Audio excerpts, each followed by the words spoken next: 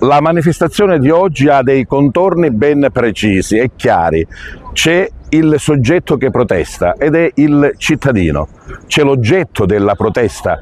che è la carenza di acqua e quindi un cattivo servizio, e c'è il destinatario della protesta che è chi gestisce il servizio, che ha un nome e cognome ben definito, o meglio un acronimo, AICA, che è l'azienda idrica dei comuni agrigentini. I comuni agrigentini appunto sono i 35 comuni che hanno dato la gestione prima a Girgenti Acque e adesso ad AICA del loro servizio, e quindi sono i sindaci. C'è un consiglio di amministrazione che è stato eletto e votato dai sindaci, quindi il nostro primo interlocutore è AICA e quindi è il sindaco. Naturalmente possiamo anche arrivare al Padre Eterno, nel senso che non piove e quindi la colpa è anche sua, però andiamo per gradi.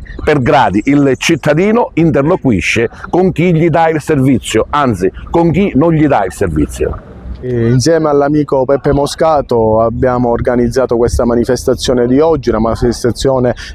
senza colori politici, ma per rivendicare il diritto all'acqua. Abbiamo fatto due manifesti, Favara a sete e l'acqua quale vita, e noi vogliamo vivere, perché oggi questo diritto, il diritto ad avere l'acqua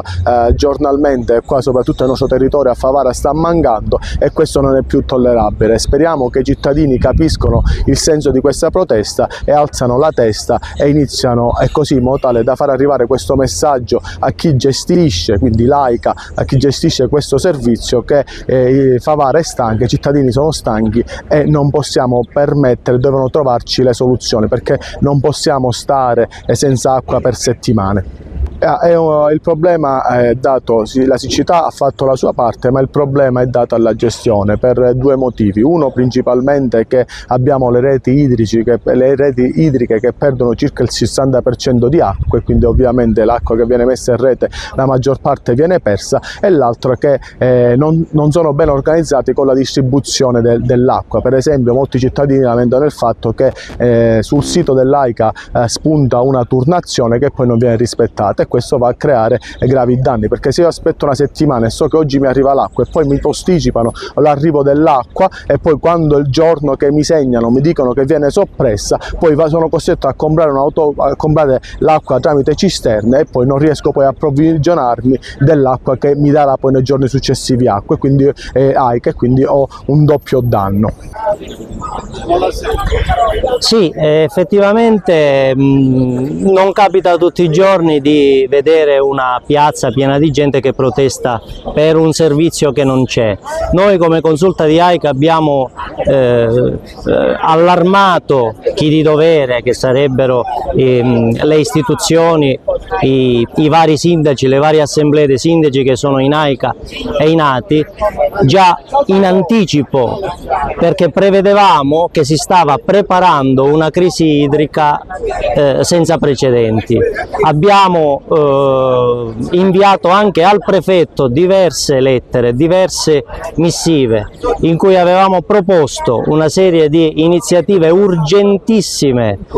a carattere di ambito provinciale, per evitare che ogni estate, perché è stato questo diciamo il trend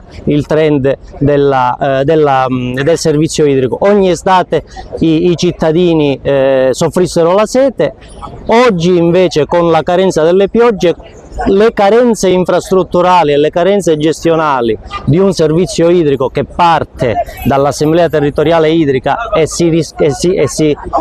ricade sui cittadini, addirittura è accentuato dal fatto che c'è carenza di piogge. Noi avevamo chiesto con forza anche al prefetto tutta una serie di interventi preparatori, perché il servizio idrico non si fa facendo le preghierine perché piova. Il servizio idrico si fa programmando gli interventi sulle reti idriche con l'abbrodo, sugli invasi, sul reperimento di nuove fonti di approvvigionamento, tutte cose che adesso in virtù di un'emergenza lasciata maturare in questo modo, si sta cercando di fare con la fretta e in maniera estemporanea.